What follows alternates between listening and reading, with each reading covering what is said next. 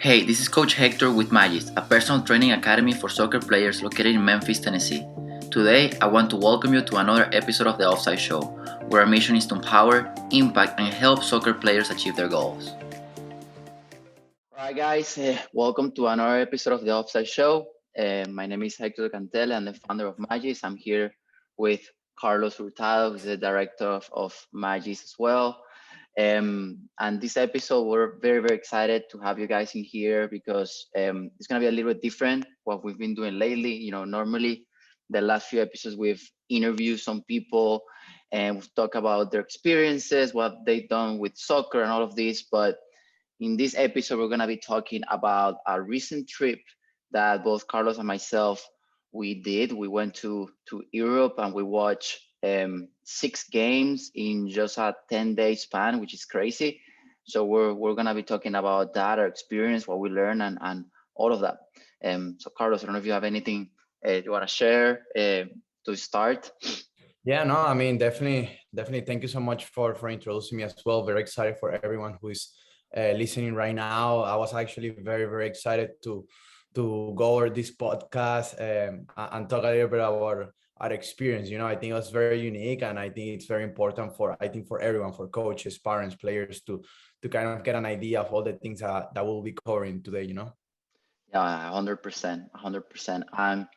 I think just guys, for everybody who's listening the podcast or watching, normally we ask questions. This time it's basically it's gonna be a conversation about kind of like what we did and some learning stuff, and we both are gonna give our point of view and all of that. So I guess, Carlos, to start, what do you think we just give a quick recap of kind of like what we did during the trip, the cities that we went to, how many cities in how many days, kind of like a quick overview in itinerary of what we did.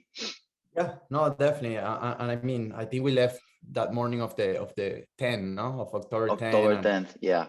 yeah, it was definitely a crazy trip of taking, I don't know, I think it was like 3 planes in order to make it to Paris. Yeah, that But experience when we got to Dublin, that was insane, dude. yeah, How we had to run the whole yeah, airport. the I think the lesson was to either get a new passport or get my US passport at the end of the day, because it Yeah, will.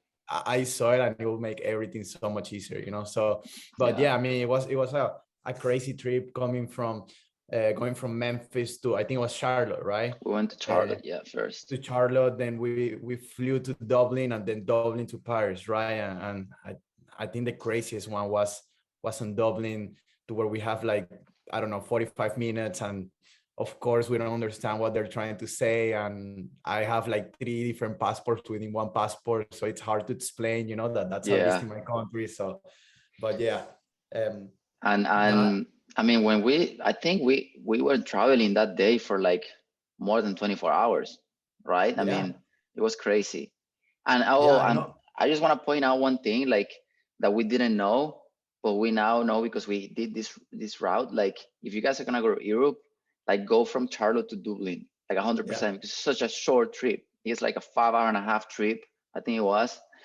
And it yeah. was like we couldn't believe it. Normally, when you go to Europe from the US, like 8+ hours.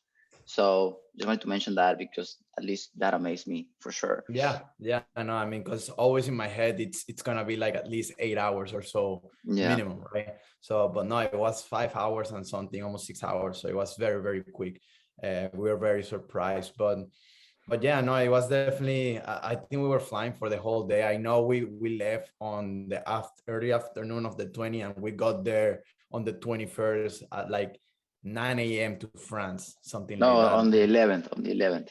Sorry, on the On the 11th. 11th, On yeah. the 11th, yeah, the next day on the 11th. We left on the 10th, and on the 11th we arrived, and it was early morning again from nowhere. So we were like, holy cow.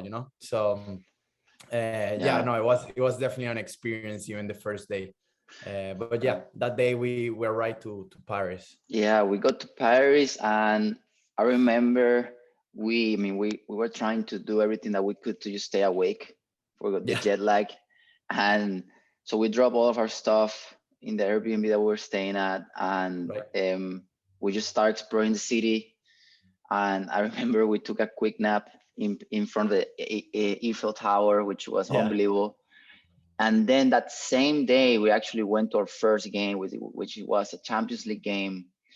We went to watch PSG against Benfica, which, to be honest, I mean, I was expecting it to be a good game, but not that big of a environment. Of course, a Right. Champions League game, like all of this stuff, but I mean, it was a hell of experience. You know what I mean? And it's a And Tuesday, right? I think that's what it was. It was a yeah, Tuesday, it was a right? Tuesday, and the Tuesday. game was late. It was like 8 p.m., I 9 p.m., think something later like there was that. like a 9 p.m. game. It was 9 like a p.m. 9 game. p.m. game. Basically after, I mean, we left the stadium like at 11, and it was packed, right? Yeah. So, and then the experience that we had before the game, which was crazy. I don't know if we want to talk about that when we were right before the game, kind of like waiting what happened with some of the PSG fans. Yeah. I mean, I remember we were just trying to look for the main store right in the stadium to just buy jerseys because that's one of the things we wanted to buy all these jerseys as you guys can see in behind. These are some of the jerseys, but that was also part of the intention of the trip, right? We wanted to kind of like get something tangible to where we'll remember this trip just because I Yeah, know it was gonna be special. So we were looking for that store, right? And then we just started to go around and around the stadium. They wouldn't let us in because we had to go to the next door, and apparently it was a door after, and so on until we were like, let's sit down, let's have a drink, and let's kind of like appreciate everything, and let's go from there. We're still early, since we're already close to the stadium, so we go to this pub, to this bar, we get a drink, we relax, and then all of a sudden, I don't know, we start getting all these people surrounding us, out of nowhere. I like mean, like and Hector and I, 20 we guys just yeah, around you. like 20 guys, like, sitting, like we were just standing on one of these tall tables, and just appreciating everything. And then people surrounding us. And then I started looking at Hector. Hector looks at me, and we were like, man, don't you feel weird? Like, don't you feel uncomfortable right now? And like, even people will come and put their drinks on our tables and things like that. And that's when we started to actually recognize that there was something wrong, right? Yeah, But yeah, I don't know if you want to actually tell this part. yeah. So then, I mean, like Carlos said, we were all surrounded by these, like 15, 20 guys, and just to give you guys a better idea how these guys were, I mean, they were all wearing black, with Yeah. like the little hoodies and stuff. And, it's like, what is going on, Yeah. And then out of nowhere, this guy comes up to me and he's like, Benfica, Benfica. And I'm like, no, I'm not Benfica, PSG, PSG. So these guys basically, they were like hardcore PSG fans. I mean, it looked to me like we were in a bar where some of the ultras, how they call themselves, like kind of like hardcore fans, like got together before games. But I guess they thought we were from Benfica because of course we're not wearing any PSG gear now. We're not wearing any red or any Benfica clothing either. But I guess also because of how we look, to be honest, we look more Portuguese Speaking than French. Spanish. Yeah. Speaking Spanish, the whole thing, the haircut, whatever, all of that. So, but yeah, it was crazy because to be honest, we after that, okay, they kind of like left us alone, but they were still around us. Yeah. And to be honest, guys, the first thing we did after that, we just took off. We just took off. The first thing we did was, as soon as we got inside the stadium, was to buy a PSG scarf because I mean, we didn't expect that, because like I feel like coming from South America, somewhere or another, we're kind of like used to some of those things. But I mean, this was a normal place. We're not wearing any Benfica gear, and then Right. this happens. It was like a little crazy to me, and one of the things that stood out for me about that experience, the first game experience, which was the PSG game, right? I mean, and just the culture and how much those guys like live that, how much it means to them, like that team, it was Yeah. insane. Yeah. Um, To be honest, that atmosphere, even as soon as we came into the stadium, and I will say both sides, I was actually very surprised with the Benfica fans. In fact, there was a moment as we were about to enter into the stadiums. I mean, you could hear all the shouting and all the firefighting thing going on, in my head, I thought it was PSG, but that was all Benfica, and like in the That's stadium, crazy. I mean, all Yeah, I these mean, things you going you on. remember like they had like a small zone just for the Benfica Mhm. fans, and there was times that they will be louder than the PSG fans. Which PSG Yeah, fans, guys, they are super loud. Like yeah, it's they're crazy. they're super loud. Yeah, that was, I think that was definitely the loudest um, stadium. We'll Yeah, maybe like the get, rowdies, right? Like yeah, yeah, I don't know the intensity, if you want to call it like that. It was like there right, from before, during, and after. Like you could yeah. see it It and was feel it. non-stop, so many lights, so many things, so many, yeah, no, and it was very close to each other. It was very tight. Yeah. So no, definitely a great experience. No, Yeah, and then well, the game is unbelievable. I mean, we watched some of the best players in the world in that game. I mean, yeah, I hate to say it, one of the reasons why we went to PSG was to watch Messi. Literally, the reason why we went to PSG to watch that Champions League game, the reason we went to Paris was to Paris, watch Messi. Of course, watch the other guys as well, but Messi, because he's coming to the end of his career and all of this, and we couldn't watch him. He got injured, which is insane. But we still got to watch some amazing players. So I wanted to ask you, Carlos, like, what would you say were your biggest takeaways from that game specifically? Like only that game. We'll touch on the other games and we'll probably come up to a conclusion at the end. But like for that yeah. specific game, like what amazed you the most in terms of the players?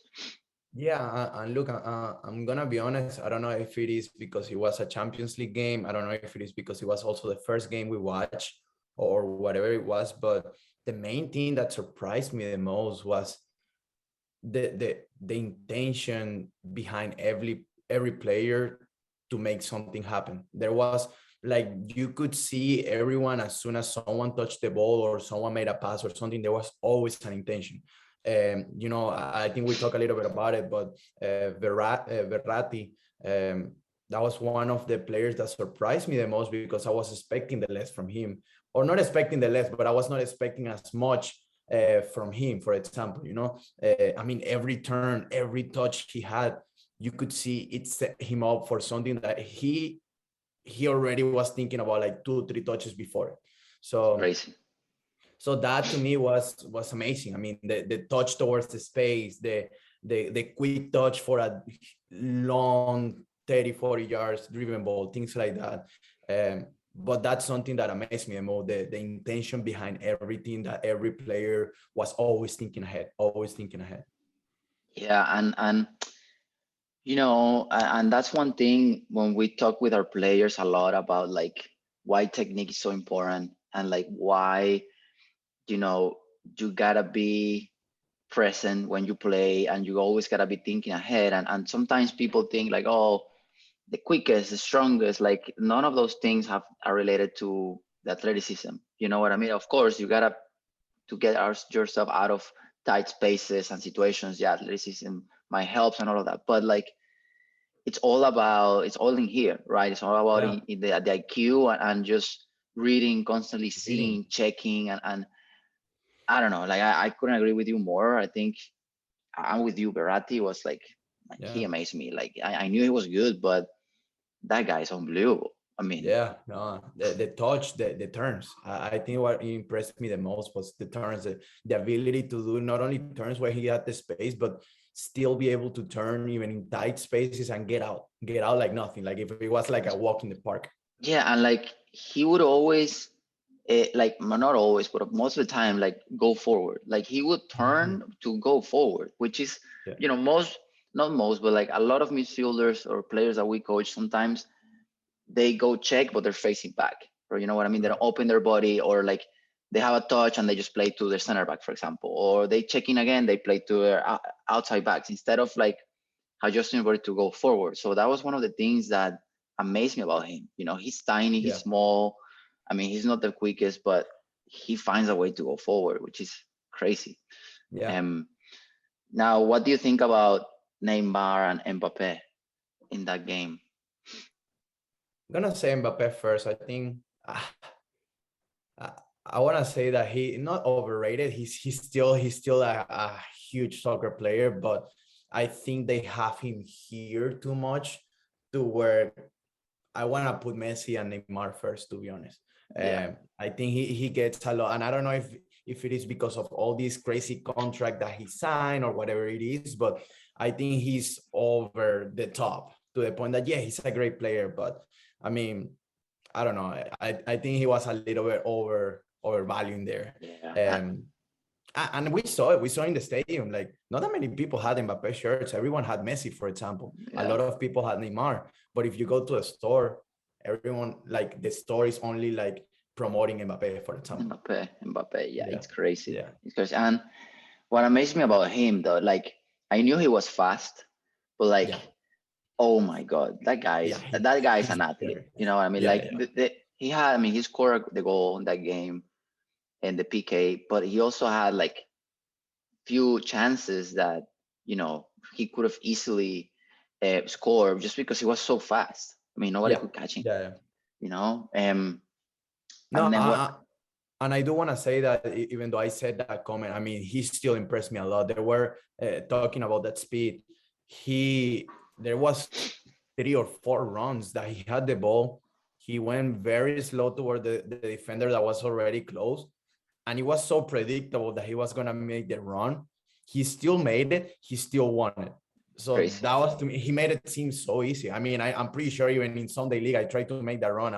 I'm not going to win the ball, Yeah, because it's so yeah, predictable. But the fact that he did it at that level and that predictable that he was going to make that run and he still did it, that to me was very impressive, to be honest. He yeah, created so many chances. I want to say that.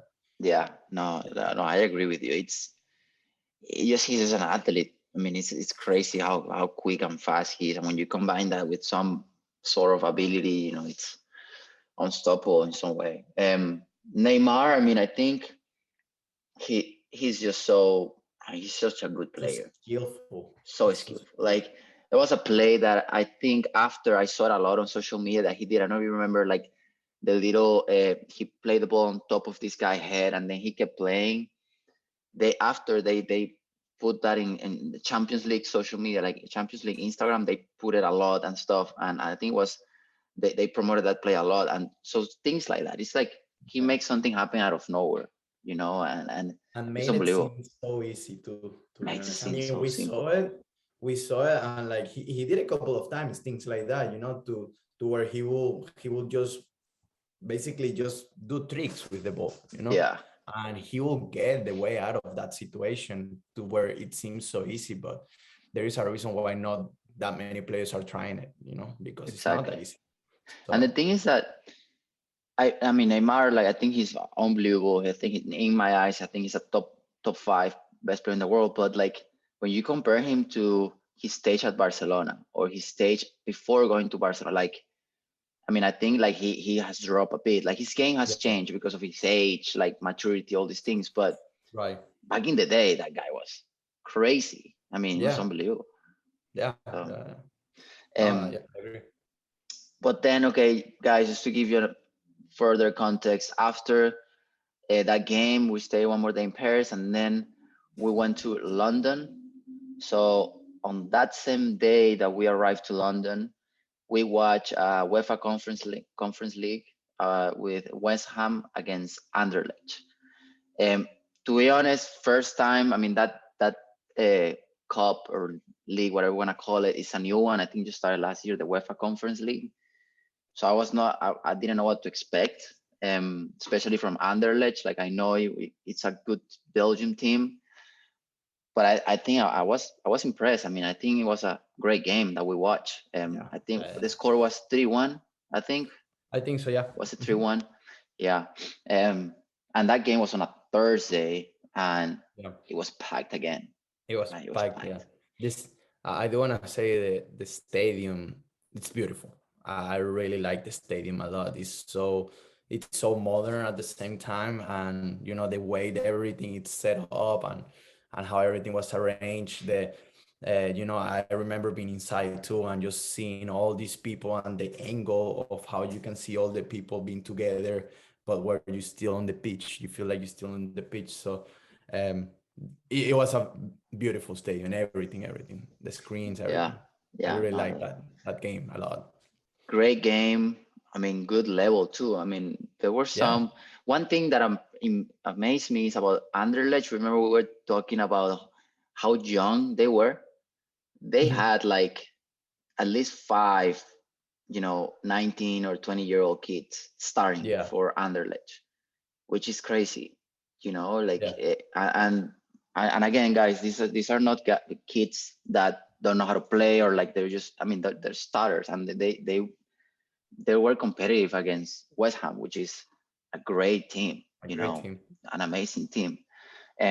So, and I just wanted to point that out because I feel like each year that goes by, that gap between the younger players playing pro, it's becoming more and more. Like Yeah.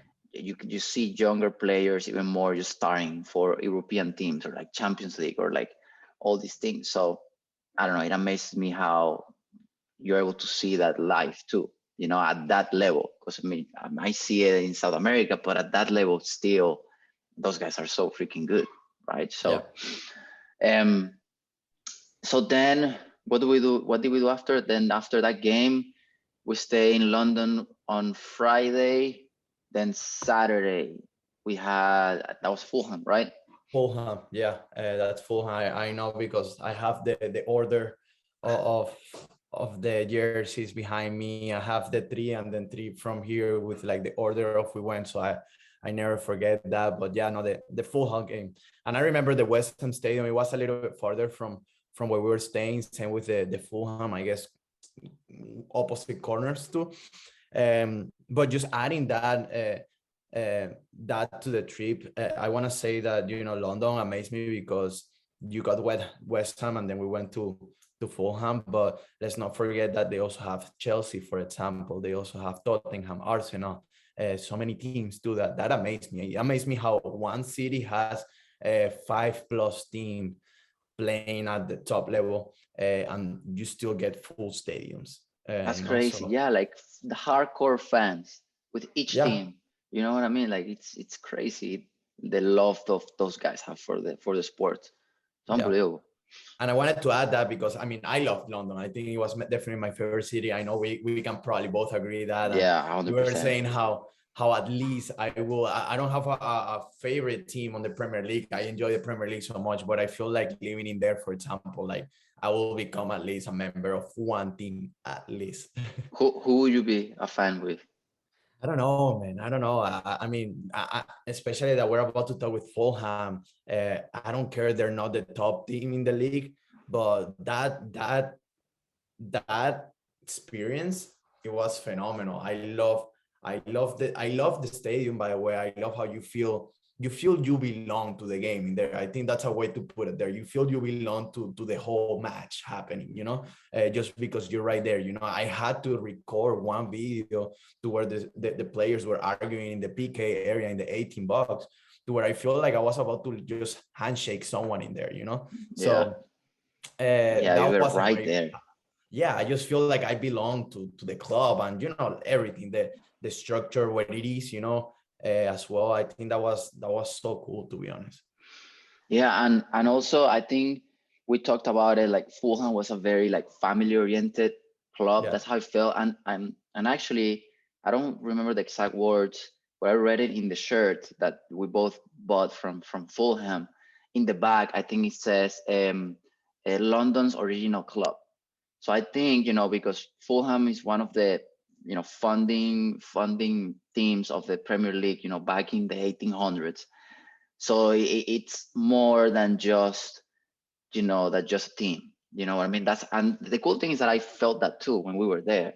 Like Yeah. I remember when we got there, the security guard like started talking to us like very very friendly and like asking us and Yeah. like welcoming us to be at Fulham and all these things, which is like it might seem like a small detail, but it talks about their club, about what they Yeah. represent. You know, Yeah. um, in terms of the level, um, we watched that was Fulham against Bournemouth.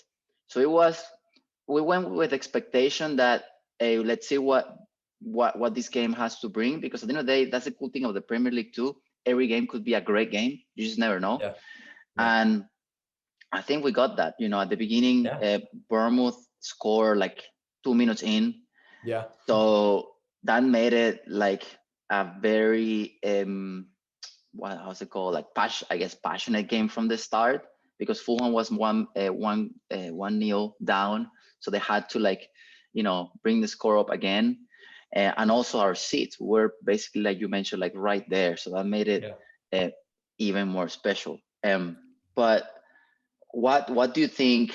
Now that we talk about West Ham, now we're talking about Fulham, like difference for those English teams compared to like PSG and the style of play? Like, what would you say are the biggest difference in those two things? Yeah, so definitely we got to see some speed of play, some quick speed of play on the PSG game. Very intentional, very a lot of personalities, I would say, on that PSG game. But switching from France to England, I think, in my opinion, it was all pace. Especially as we get closer to the last few games, we saw how demanding the team, the game, the fans are based on the speed of play. It's Like great, yeah. Like I remember, I don't know.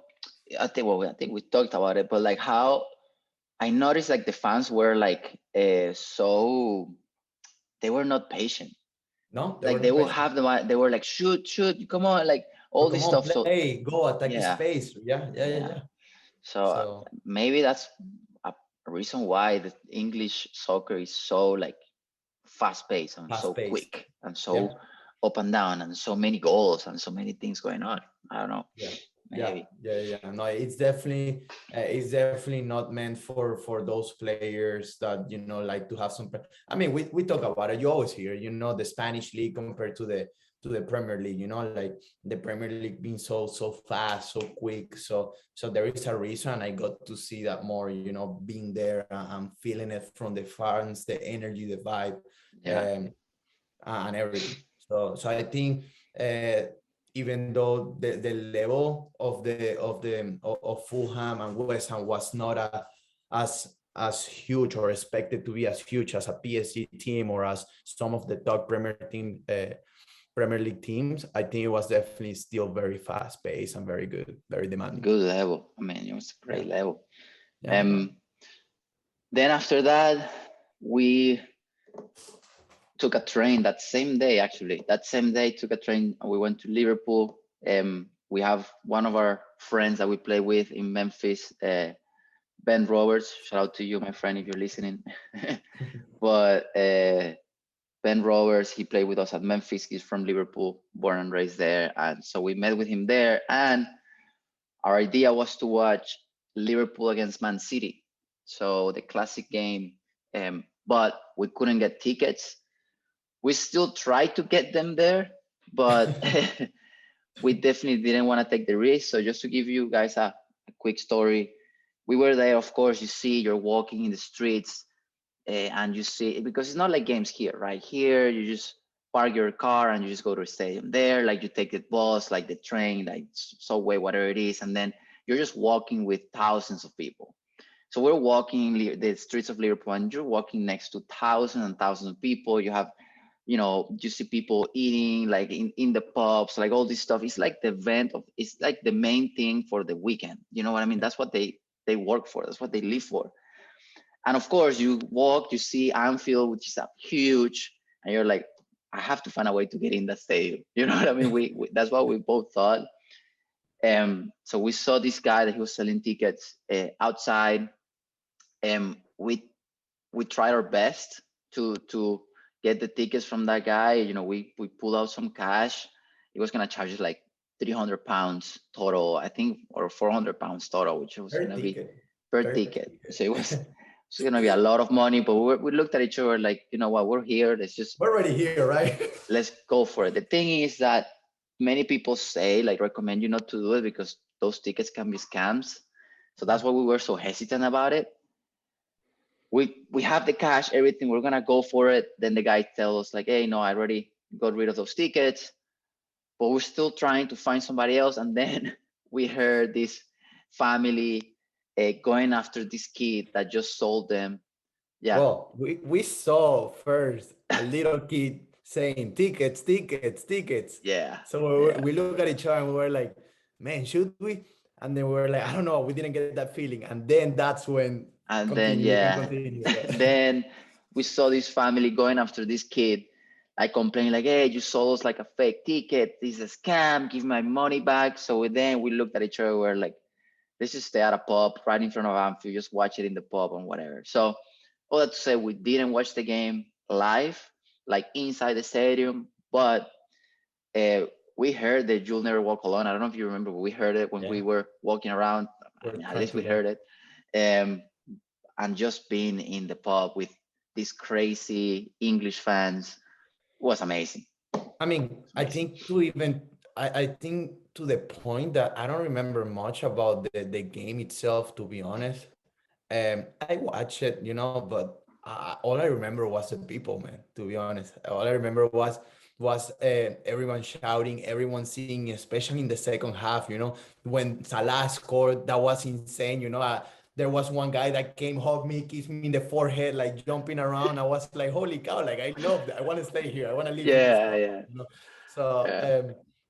that to say it's that's what I remember, like all the people jumping around and figuring out a way to where everyone can watch the game with so and still don't interfere in the middle because there were so many people in that pub to where like the people in the back couldn't watch, so everyone just being together, together being so friendly. So that to me was an unbelievable experience. Doesn't matter if I didn't go into the stadium. It was very Yeah, unique. crazy. I mean, it's crazy how what soccer does. Like, I remember there, like I was standing next to these guys that they were like four guys. They didn't know each other. Like none of them knew each other before the start of the game. At the end of the game, they were best friends. Yeah, So it was just like it's crazy, like what soccer does and like what a team and the culture of a team and the culture of the country. I think that's also part of it. Like creates, yeah. right? What surprised me the most too, and this was very similar to the Fulham Stadium. It's where you see all these houses, and then all of the sudden, boom, Anfield, the stadium. It's like I feel like if I'm walking here in East Memphis on Poplar and then on the other street, boom, Anfield. Yeah, That to me was like, oh my God, like this is amazing. And not only that, but then every game felt like a Super Bowl final. To me, that's to put it in perspective. Everyone is so hyped up. People, I will remember. Do you remember that after the game, it was late. We tried to get some food. Like no one was working. It's like a vacation day. People don't work on game days. yeah. Uh, Well, with the Uber, remember, like we yeah, couldn't, we couldn't. Well, this we couldn't find an Uber. I think yeah, that was the day that we walked.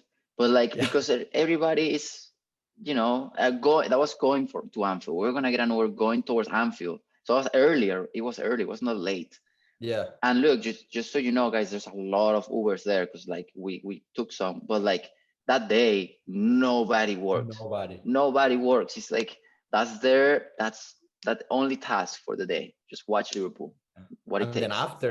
after we And had to after, walk like a mile, 2 miles, I don't know, something like yeah, that, yeah, to get the train. We were hungry. It was like 10:30. Nothing is open. We see McDonald's. We were like, okay, let's go to McDonald's. The security guys laugh at us because they're like, hey, good luck. You're gonna be waiting here for a while. No one is basically working. It's game day.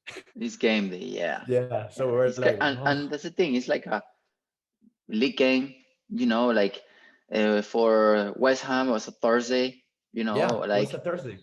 you know what I mean. So it's so crazy. Yeah. Yeah. But yeah, and that was unbelievable. Yeah, we didn't get in, but it was a great experience that we got to live that. But then we yeah we were there one more day in Liverpool, and then the following day we went to Manchester, and that same day, remember we dropped our stuff and we went to Blackburn, which is another Yeah. city. It's like an hour away from Manchester, 45 minutes, an hour away from Manchester by train.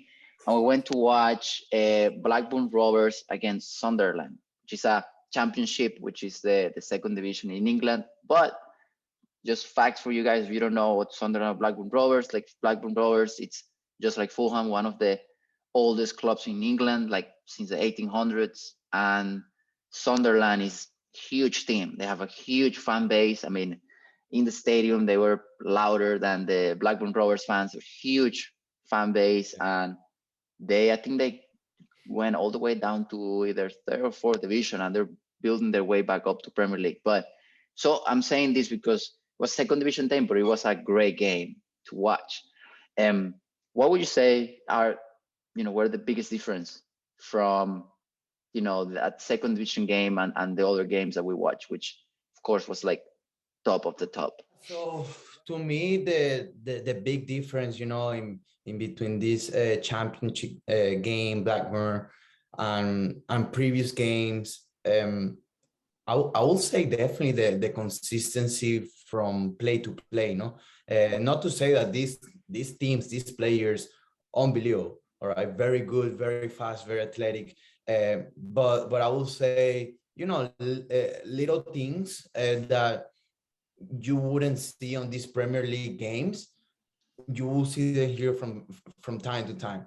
As simple as a 40-yard driven ball, right? I mean, we're talking a 40, 50-yard driven ball. It's not easy, right? No, I think we were talking about it too in the trip that I think players should be recognized a little bit more whenever, especially those center backs they provide. I mean, from a left center back to a right winger, that perfect driven ball, I think it's not as recognized as it should be. But that's, even though it's a hard ball, I think we will see it like nothing on the Premier League. But then we'll get that more less consistency per se, on this game. No, along with that, I think it was also a little bit more physical actually. I remember that, like some of these plays we saw, we were like, ooh, like Yeah. tough tackle. So I think it was definitely more organic maybe. So that's something that I remember seeing on this Blackburn Sunderland game. Yeah, I mean, I agree with you. I think, of course, I mean, these guys are unbelievable as well. I mean, playing second division in England, it's not Huge. easy. Not everybody can be there, right? I mean, you gotta be good to be there. But I thought there was gonna be less of a difference, to be honest. I thought it was gonna be less of a difference, especially because we were watching Blackburn Rovers and Sunderland, right? It's not like we're watching the teams that were bottom of the table, second division. Like we're watching teams that are, in between first and fifth or between first and seventh. You know what I mean? So overall, they're good teams and they have the history to be good teams. But yeah, I agree with you. I think it was raw at times, not consistent. The touch that you see that their touch, the ball will go away compared with the Premier League or the PSG game that it was like very sharp, very consistent, like nothing happened. Boom, boom, boom, they get out of tight spaces. Instead, in this game, it was a little all over the place at times. More Um, transition, more yeah, transition for and sure. yeah, it was hard tackles. English soccer, it's already like very tough, Yeah. but championship, I mean, there were some hard tackles for sure. Um, Yeah. eh, I have to say, I really liked when we got there, and like as soon as we entered the gates of the stadium, it's like you have the field right there, and it was like, Yeah. oh shoot, like this is amazing, Yeah. and that was a Tuesday, right? That was a Tuesday game. Yeah, I because think so, yes. yeah, Tuesday game, and it was, I mean, well, how many people would you say? Like 20, 30,000 people? 30,000. I will say 30,000. Yeah. 30,000 people on a Tuesday, which Yeah. is crazy. But again, goes alongside with what we're talking about, you know, uh, how the culture in England, it's all about soccer and how they breed that. Um, but then last game, we came back to Manchester that same day after the game. And then Yep. the following day, this was our last day of the trip. Actually, we came back to Memphis on that Thursday. On that Wednesday, we watched, which in my eyes was my favorite game. That was probably my favorite game. We watched Manchester United against Tottenham for the Premier League at Old Trafford, which, to be honest, has been one of my dreams to go to the stadium because it has so much history. I mean, it's a huge stadium, and I don't know, stories that I've heard, that I've listened to about that place, and I just made me realize that it's true what people say. Like that place is special. I don't know, the energy, it Yeah. felt different. I don't know, like yeah, people singing in other stadiums, but I don't know, that place it felt different. But yeah, I will say for that game, just the level was unreal. I mean, Yeah. we were lucky to watch probably the best game that Manchester United has played this season when we were Mhm. there. So I mean, for the ones that don't know, like I don't like Bruno Fernandes. I don't like that guy. I mean, as a person, like I love as a player, but as a person, I just, he gives me this idea that he's a little arrogant. So which that's one of the things that I don't like. But after watching him play, like I love that guy. It's I crazy mean, how good. we were singing his name at We the were end of singing it. his name at the end, like Bruno, Bruno, like crazy. And I don't know, man, that guy is unbelievable. Ah, And yeah. I don't know, I feel like we're lucky because we got to watch like all type of different soccer style. Like we started with amazing soccer, then yeah, the few games afterwards were good, but not as good. Then championship level, and then we finished with this level that was Huge. unreal. Yeah. I mean, I don't to the know. point that Tottenham couldn't do anything. I mean, one of the things that I wanted to add there that we talk at the end of that game, throughout the game too, and we still talk about it. It's Kane, no, how Hurricane. he didn't do anything, but the 3 4 balls that he did and what he did to me was unbelievable. I remember just when I saw it, and then I look at you, you look at me, we were like, oh my god, that was out of the level. And here's something that we kind of come up with that you might have kind of already thought about it unconsciously, but we were talking of how in that game that was huge level, like great level, there was like most of the players, which is like 10 out of 10, and then you have these players that are just above that score. And to me, Kane, perhaps Bruno as well, Bruno Fernandes, yeah. it was one that I would say that it's just another level. All that to say, I don't want to imagine Messi. I don't want to imagine Haaland. I don't want to imagine Cristiano when he was at his top too. Like all these things, it's just out of this world, I feel. So Yeah. I wanted to add that because I think that was so something that stuck with me after that game. Yeah, and I mean I agree. I mean, we talked about it how there's another level that is beyond like most players, and it's just like these guys that are just unbelievable, you know. Yeah, And but I also wanted to add that the reason why Kane didn't do anything in that game was yeah, because of one guy. I mean, because of three guys, but specifically just one guy. His name is Emiliano Martinez.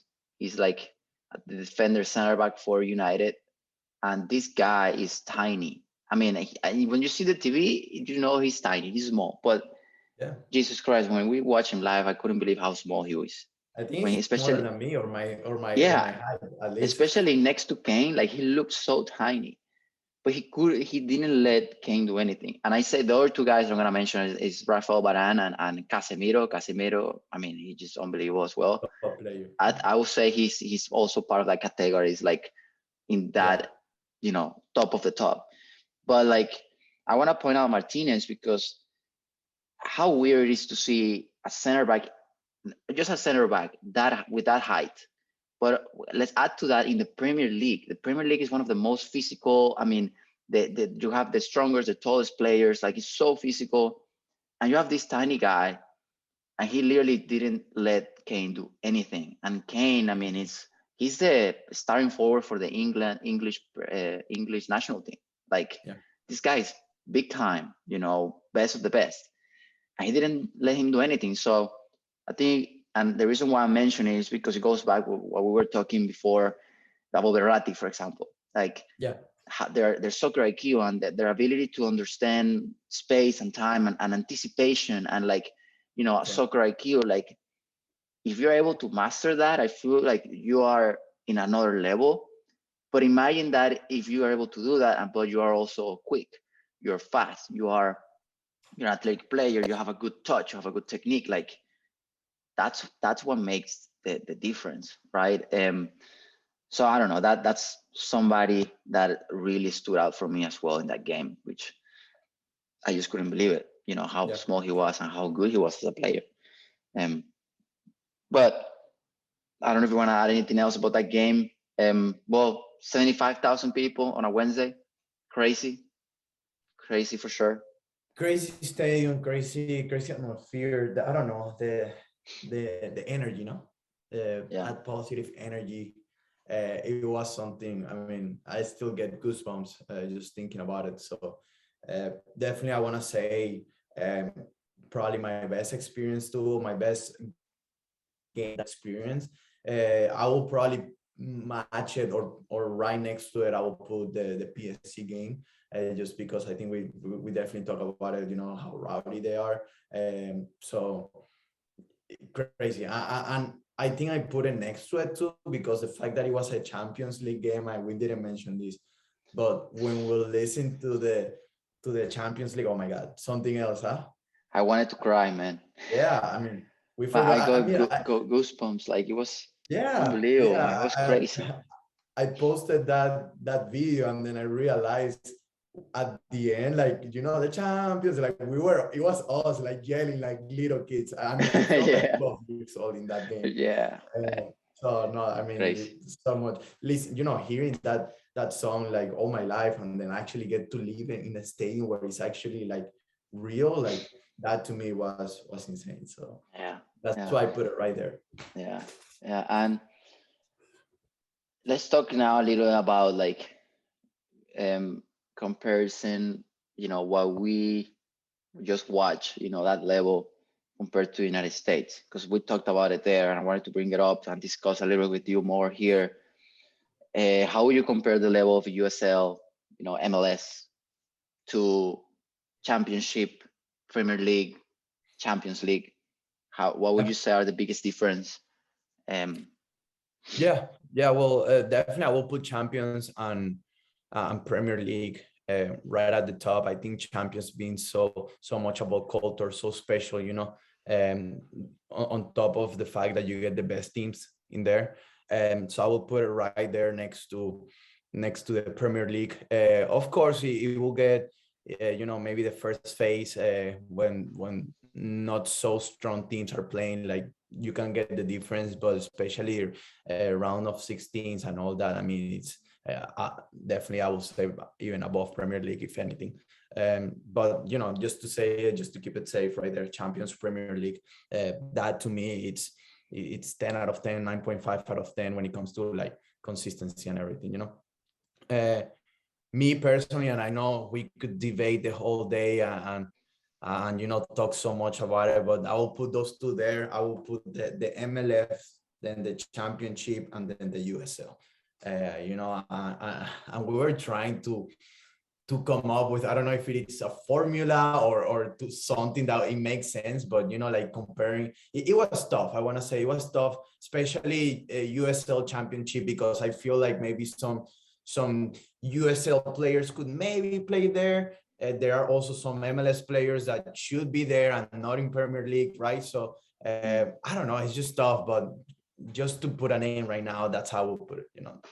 yeah, I mean, I don't know. I mean, I agree with you in the first two for sure. I mean, Yeah. you cannot compare those leagues to the Champions League or the Premier League. I mean, that's obvious. But like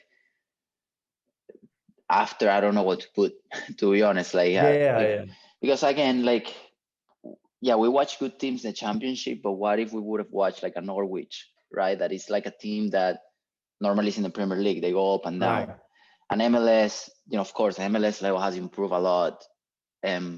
But it depends also on the team, right? I mean, do you have There a is so many factors. LAFC, LAFC that they have like Carlos Vela, like Chiellini. I mean, those guys played in the Premier League, Right. not too long ago. Like Vela played for Arsenal, like Real Sociedad. I mean, Chiellini played for Juve. I mean, all these guys. So I guess it depends on the team that we're talking about. Yeah. But I don't know. It's weird. For sure, in my eyes, I will put USL last one. I mean, Yeah. Yeah. that's for sure. For me, the battle will be between MLS Championship, like Yeah. how to place them. Yeah, because there is definitely less gap in between MLS and Championship than Championship to USL. That's Yeah, something that I would also like to add. the gap in between USL players and championship. I think it's Champions League here along with Premier League, then MLS with championship, and then USL. Like you could see a bigger gap. Yeah. USL getting to Yeah. that level now. What are the 1 to 2 things that impress you the most about all the games? I mean, we talked about a little bit the PSG, all Verratti and stuff, but like now that we went over like the itinerary kind of, and we talked about all the games, like 1 to 2 things that impress you the most in terms of just level, not the atmosphere, like all these things, but just the level. Consistency. That to me was the number one. I think I already shared with all my players. The consistency of every, like from touch to touch, pass to pass, long ball to long ball, shooting. And I mean, when I say shooting, even in warm up, right? We were even surprised when these players were warming up, like everything to right there, like it's already here, like it's already engraved that's the place. It's just connecting, right? It's like the ball, it's actually looking for that space, it's outrageous. So that consistency to me was out of this world as well, because sometimes, and I think I'm guilty of this, sometimes I will refer of consistency from like 7, 8 to out of 10, but I'm talking like consistency 9.5, 10 out of 10 it was to me, and that surprised me because I was very short when sometimes I talk about consistency, even about myself, about my players. So that to me surprised me the most. Yeah. That was number one. The second one, I mean, there is so many little things. I was actually going to say the culture, the atmosphere, but I know you want to stay away from that. But yeah, we'll talk about the next one. We'll talk about that, about the culture. Yeah, no, definitely. I will say the how everything was so intentional. Everything was so intentional. The touch, the setup, the movement after that play. After every player play. After every player played that ball, they were already in that perfect space. They didn't hesitate. They didn't, same thing. Like they didn't take a touch and look out. Kind of like the main focus of what we were talking about with the PSG game. So it was so intentional to me. There was an intention. You could see even if someone was walking, there was a reason why that person was walking. There was always a reason. No one was taking a break here. And that to me was something else too. Man, I mean, you laid it out perfectly. I agree 100% with you. I mean, like the consistency, and we talk about that with our players so much. Like, if you're doing a drill with, you got to score 10 passes, for example, in a Mino goal, and they score 4 or 5, it's like, you got to be then the next day they score 8, then the next day they score 3, the next day they score 7. It's like, you got to be consistent. You got to be consistent. I mean, and that's the key. I mean, we didn't watch this guy, but like Tony Cruz or like Luka Modric, this guy. Have you ever seen them having a bad game? No. I mean, I've never seen them having a bad game. Like never. So it's like, I mean, and these guys are almost 40. They're like 36 years old, and they've never had a bad game. Like the other day, I saw Tony Cruz got a red card for the first time in his career. It's like, this guy plays in the middle, like for the first time in his career, he's like 36. He just got a red card. So it's like, just consistency, guys. That's the key, man. That's the key. Consistency. I mean, and we saw it with our own eyes. It's like, it's unreal. And I think you said it perfectly about everything has an intention behind it. I mean, it's crazy how the movements and why they do certain things, and then after you see the result, you're like, okay, that's why that guy did that. But at the moment, you may not realize it. But everything has a meaning behind it, and I mean, that's just the level. For the guys watching, listening, like, that's expectation in that level. That's why we wanted to do this podcast, YouTube video, just explain you guys, like, that's the level. Like, if you want to make it to the big leagues, and what is big leagues, like at minimum MLS, like, that's the level, right? But I know culture, so I know I have here do you feel there's something outside the field that has an impact on the game? For Yeah, example, culture, history, ideology, etc. I think everything. I mean, we touch a little bit on that. The fact that people stop working basically on that day, like how it is their life. It's part of their life. It's not just entertainment, it's part of their life. And you can see it. I mean, we saw it a lot on that Fulham game, right? Little kids, and then 60, 70, 80-year-old people, um it's Well, there's in, so in much the history. United game, we were sitting next to this Yeah, old guy. He was probably like in his 80s, and we could tell that that's his seat. He's a yeah, season ticket holder. He's probably been a season ticket holder for years, and that yeah, his seat. You know what I mean? And like yeah, we saw many like that. You yeah. know, um I mean, history for sure. I mean, most of these clubs have been running for years, so there is so much meaning behind it, like, um, I'm such a Premier League fan. I want to consider myself like that, but like, like the fact that I've been following it for a couple of years, I feel it's nothing compared to these people that grew up in that area, in that vibe, so there is a sense of ownership when it comes to games. I mean, we see it here, like, maybe, oh, and I know one is playing, let's go to the games, let's just have fun, it's a good Friday, Saturday night, great, and but then let's it's go back home. different. It's Eh, different. You yeah, know. exactly. And you leave that, but then over there, it's not like today I'm not working, like, like I'm gonna go early to the game, like few hours before, because I wanna be there, I wanna, well, Paris, all these people surrounding us, like, where's tell me, is there a reason why you would go on a Tuesday night to go bother some foreigners? Yeah. No. But the Crazy. fact that these people are there, like, they take it serious. It's something. It's part of their life. So Yeah. I mean, I think in my eyes, like, people talk. Yeah, I agree that the soccer in the US has grown a lot. I mean, it's crazy. We see it. I mean, you see new teams popping up, like the MLS bringing new players. I mean, the level has improved, like all these things. You see more younger uh, American players playing in Europe, like all these things. It's good, but like I don't think the US is gonna make it or win a World Cup or like be what they think they are until there's a cultural shift around soccer. I yeah, mean, because I mean we live it. I mean, we are less than a month away from the World Cup, and I have a single player that I coach talk to no, me about the World Cup. It's insane. They're talking about college football. yeah, They're talking about NFL. They're talking about the World Series. It's yeah, like, dude, the World Cup is it's in like less than 20 days, and it's like nothing is going on. yeah. I mean, you know I what I mean, mean? I So wanted to buy my stickers and exchange with people, but what am I gonna change with? No one does that, I know, and we have our friends in back home or anywhere else, like there's changing stuff, and here like so. I mean, the reason I brought up this question is it's because, and this is again, it's not directly to our players and what we do, but it's a topic that it has been brought up, like, oh, soccer and like the culture, soccer culture in the US is growing, like all this. Yeah, I get it, but it's like it's different. Like it's different. I don't think the US is gonna be where they think they're gonna be until that shift happens.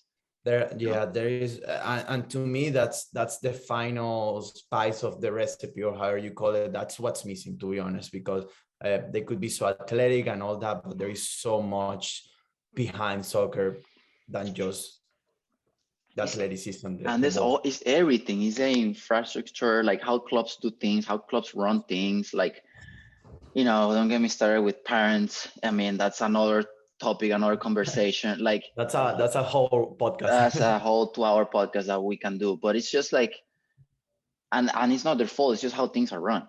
Yeah, yeah, yeah. That's it. It's just MLS. They don't have a promotion relegation. And you're starting with No, that. They don't have a promotion yeah, relegation system. Like, why?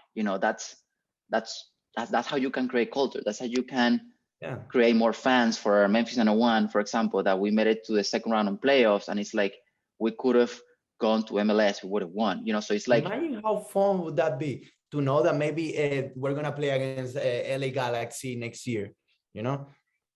It started with that, you know, and I'm pretty sure that happens. I'll go right now to the store and buy my 901 shirt. I still, but it's that we're talking about that sense of ownership. It's not that pride. It's not being created. It's just game to game. Woohoo! Let's go home and okay. Oh, next year, guys. You know.